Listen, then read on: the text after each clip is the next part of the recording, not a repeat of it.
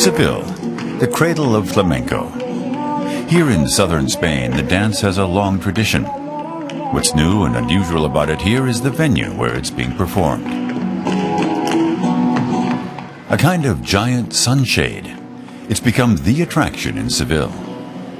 It's called the Metropol Parasol, and the city authorities hope it will draw even more international tourists.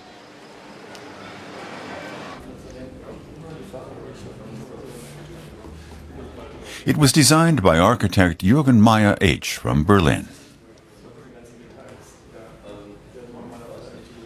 Jürgen Meyer H. is regarded as something of a trendsetter on the international architecture scene. Along with Marta Ramirez Iglesias and Andrés Santa, he drew up plans to rejuvenate a rundown plaza in Seville. The idea was to combine modern architecture with sustainable living. Nowadays,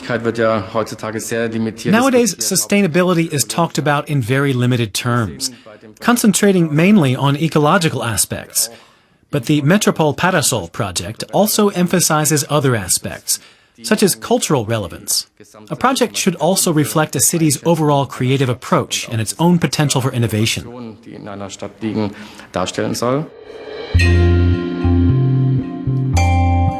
Trees as providers of shade served as models for the blueprint. Shade plays an important role in Seville, where summers are hot. And not only the forms are innovative, the materials used are new too. When the decision was finally made to build this great sculptural structure out of wood, everyone involved was very enthusiastic. One reason was that the wood comes from certified timber, in other words, from sustainable forestry. So it's a material that grows back, an ecological material. Another reason was that the wood does not heat up like metal, for example, and that new, strong timber-based materials allow us to create free forms in a cost-efficient way. A structure like this had never been built before, so there were many unknowns to contend with. More than 3,000 elements from veneered plywood had to be combined in a complex three-dimensional structure. For the architects, it was groundbreaking work.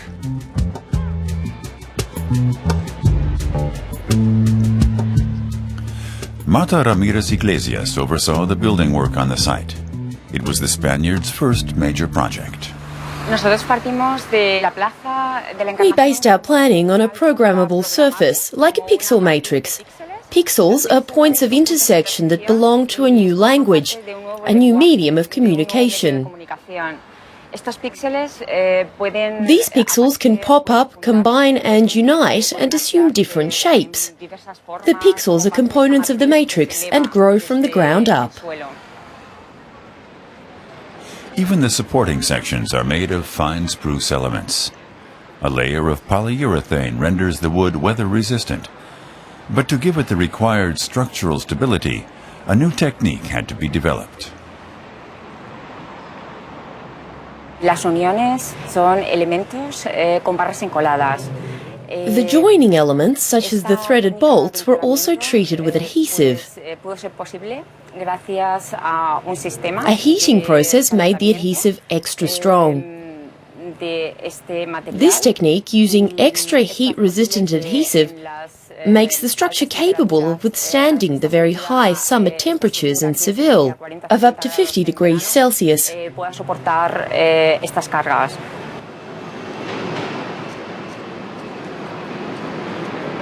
wooden superstructure covers some 3,000 square meters and plays host to all kinds of cultural events.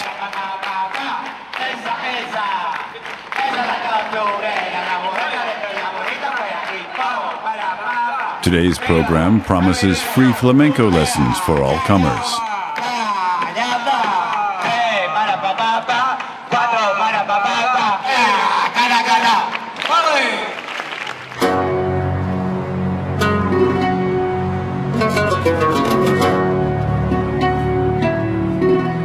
Riyadh, 5,000 kilometers to the southeast.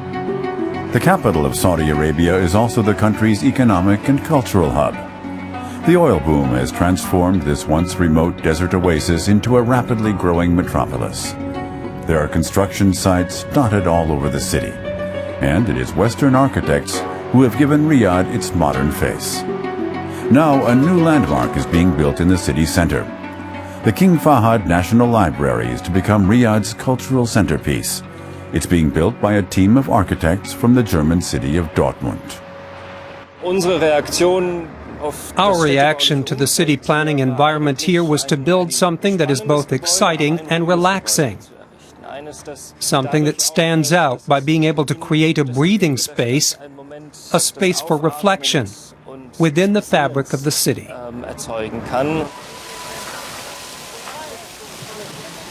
Thomas Lücking has been involved in building the library for more than 10 years now. He spent several of these years living in Riyadh. Until recently, energy-efficient construction methods were practically unheard of in Saudi Arabia. That could change with the construction of the new National Library. The hot desert climate can make daily life in the region difficult, so it's all the more important that buildings have a pleasant indoor temperature. To make this possible, the National Library received a special form of cladding.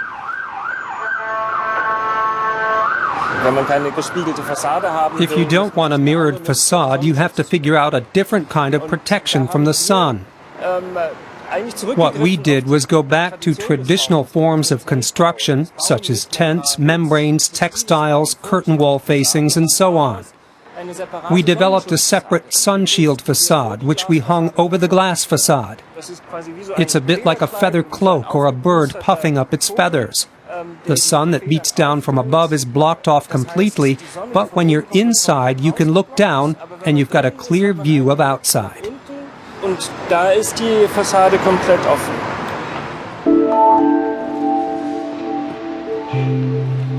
That way, the architects were able to avoid high costs for air conditioning. Inside the building, a displacement ventilation system saves more money. Cooled air is fed in slowly at floor level only, saving the necessity to cool the entire volume of the huge reading hall. Behind frosted panes, a separate library is being built on the first floor.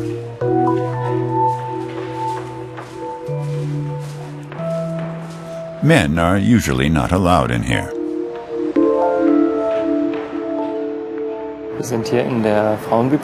We're in the women's library now. It's a separate area for women and children.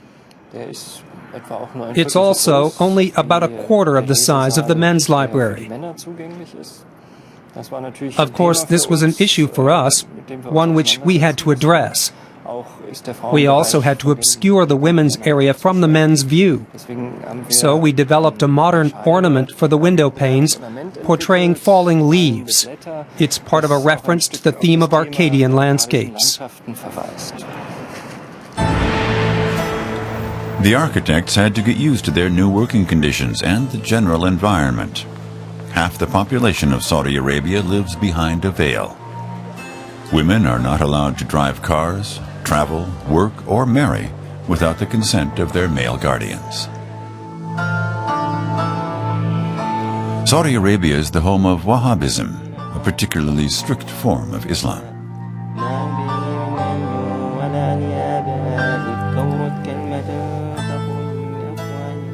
To this day, this square is used for public executions. Western music and alcohol are forbidden. There's hardly any tourism. The country is only slowly opening up to the outside world. The Kingdom of Saudi Arabia laid out strict ground rules for the construction of the new library, insisting on the preservation of an older building from the 1980s. Wish to see it. Hopefully these days we have a chance to switch it. The idea of preserving existing buildings runs contrary to the philosophy behind groundbreaking spectacular architecture. Most architects find the idea of constructing new buildings while preserving old ones unattractive. Eckhard Gerber, founder of Gerber Architects in Dortmund, accepted the challenge. And it was the older building that inspired his ecological design for a new one. Das ist eben ein nachhaltiges Konzept, It's a sustainable concept, because by placing the older building at the central point and cloaking it with a new building, we were surrounding it like the smaller parts of a Russian Matryoshka doll, giving it total protection from the climate outside. Furthermore, to me, sustainability means preserving older buildings. These are resources which have already been used, and we can't just tear them down and throw them away. We should be using them again and again.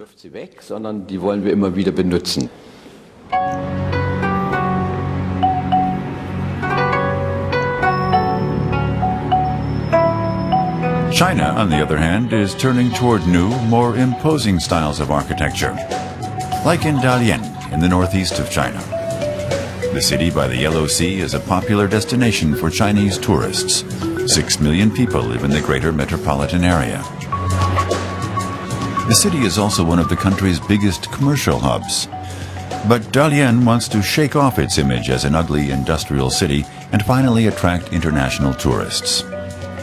A modern city quarter is being built at the container port with the Dalian International Conference Center on the new quays. It's a futuristic building with an energy concept that uses wind, seawater, and sunlight.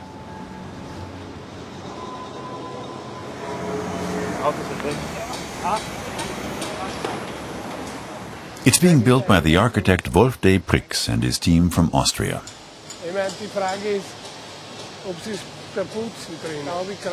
Prix is something of a maverick who's famous for his extravagant designs. Just the right man to help Dalian attract attention.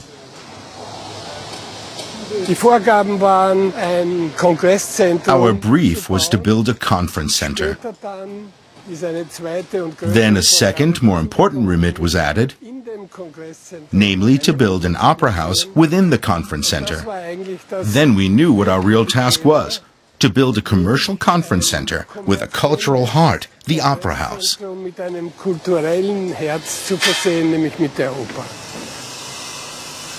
the opera house, the architects had to meet certain aesthetic and acoustic criteria. Das ist der Boden, sieht man hier ganz gut an, ne? Der Achsraster ist verschoben. Wir sind auf der Baustelle, ist das daneben gegangen leider. The venue is to be used not just for opera performances, but also for pop concerts and theater productions. The Grand Theater has room for 1,700 spectators. One of the novelties is a flexible stage wall which can be opened if needed. Behind it is an enormous function room. That makes a wide range of uses possible without additional expense.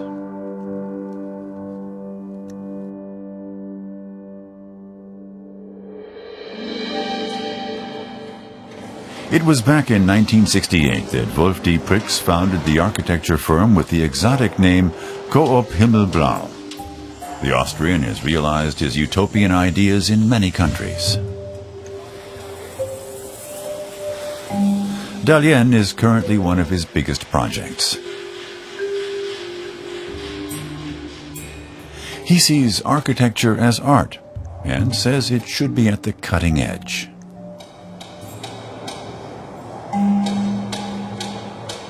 All our buildings have extremely distinctive forms. That may alienate the beholder at first, but like all strange things, when you've gotten used to it, you see the advantages of the unusual. So people remember the building, they can describe it. That way, people take emotional possession of a building. China is building its future at a breathtaking pace, but the country is facing a dilemma. Climate change makes sustainability essential in both commerce and construction. That's why cost-efficient and ecological architecture is expressly called for in the latest 5-year plan.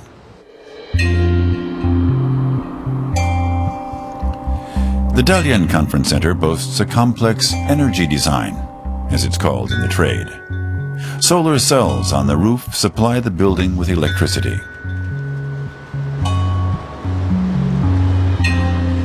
In the summer, the temperatures can reach tropical heights. For the purpose of cooling, the architects decided to take advantage of its location by the water. Today, a giant pump system is being installed. It's a big moment for the architect in charge, Wolfgang Reicht. We have a unique opportunity here to use the seawater to cool our building. We pump cold seawater, which stays at a constant temperature all year round, into an underground storage tank. From there it goes to a heat exchange system, from which it is then pumped into the building's interior via a separate circuit. That circuit feeds concrete elements, floors and walls, which gradually but steadily cool the building.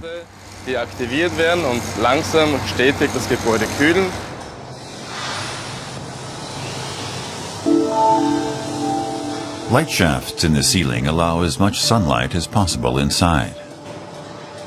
Flexible vents also allow wind in, providing for natural ventilation. A perforated aluminum skin offers protection from the direct sun. But the architects aimed to take ecological building a step further. The real goal is to eventually construct buildings that are self-sufficient, that supply themselves with energy, so to speak, and, if possible, generate more energy than they use themselves. They would function as urban power plants. That, I think, is the next step. Und das, glaube ich, ist der nächste Schritt.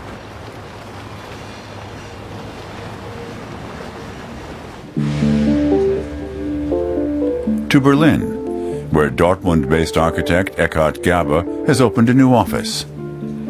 From here, international projects are coordinated. He, Thomas Lücking, and other colleagues are preparing for their next trip to Riyadh, where they're building a museum on the topic of the environment and nature.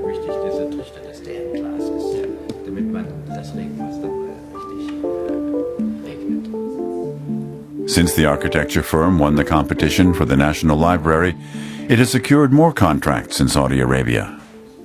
Eckhard Gabe had to do a lot of persuading to get his clients to buy into energy-efficient architecture.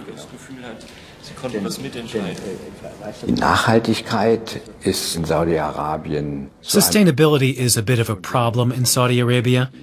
People are skeptical.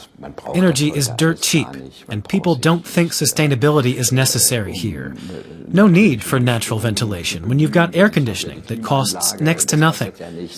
But when you spend some time here, you realize that it can't last forever, that the time will come when the oil is used up.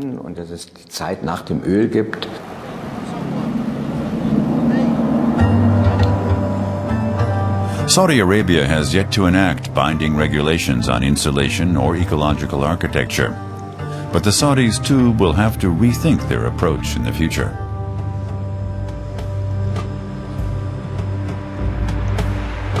The Prince Salman Science Oasis, built by Gerber Architects, wants to make its own contribution to that process.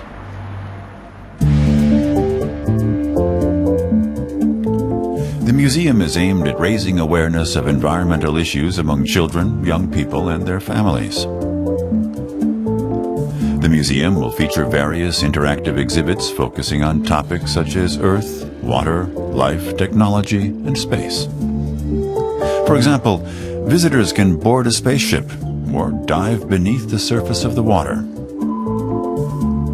The concept for the interactive displays was drawn up by the Berlin-based firm Triad. It aims to teach visitors about energy-saving technologies in a fun way, although they are a serious and important aspect of architecture. This is a solar updraft tower.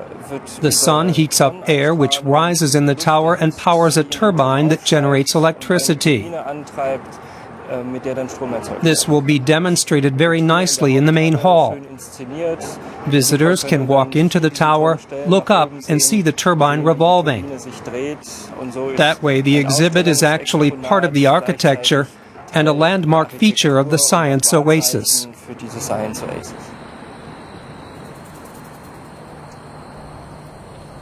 The architects aim to draw attention to the topic of landscapes.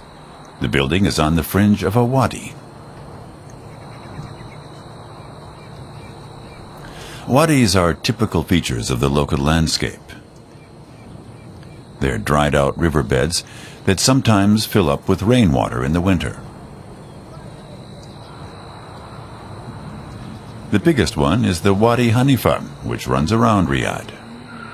The landscape aspect of the Wadi Hanifa became a focal point of the architecture of the Science Center, because it runs right up to the main entrance of our building and gradually rises step by step.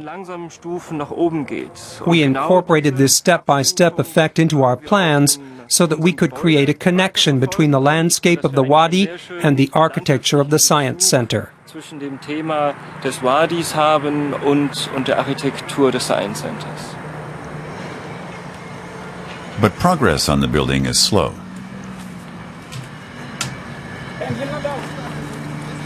Most of the laborers come from Bangladesh or Pakistan. Scorching heat and strict prayer times put a stop to work on the site several times a day.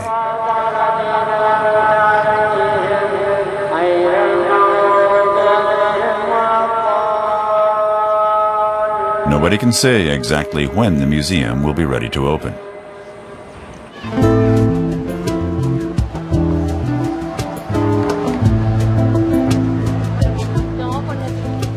Back to Seville. The medieval city is one of Europe's most fascinating cultural destinations.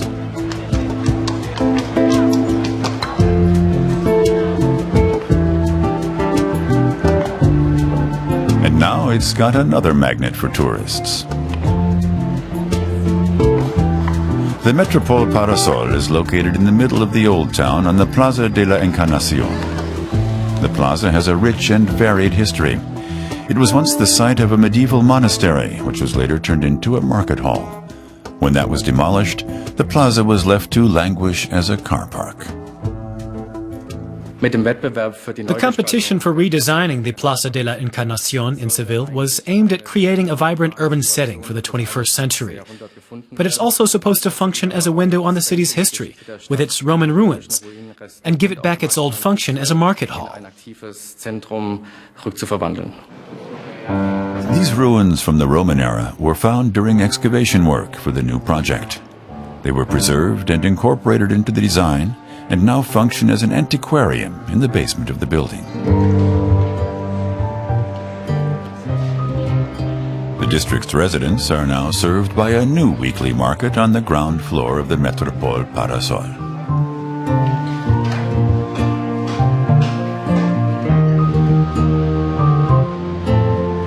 And on the roof overlooking the square is a boardwalk offering spectacular views of the city skyline.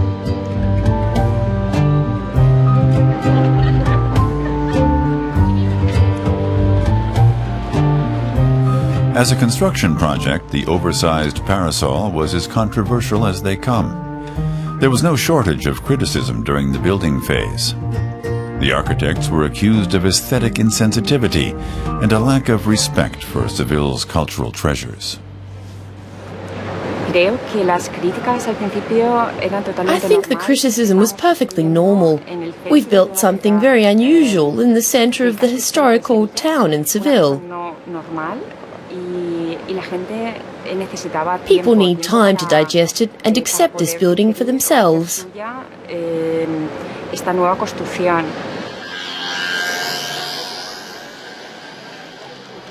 Meanwhile, the mushrooms, as the locals call them, have put down roots. They've become a fixture of the city's cultural life.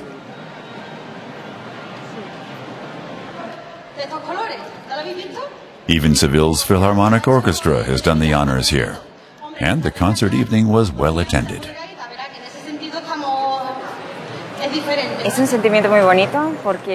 It's a great feeling to see people using and enjoying this plaza. They like what we were trying to achieve with this open space. It's like an open-air cathedral for the people of Seville.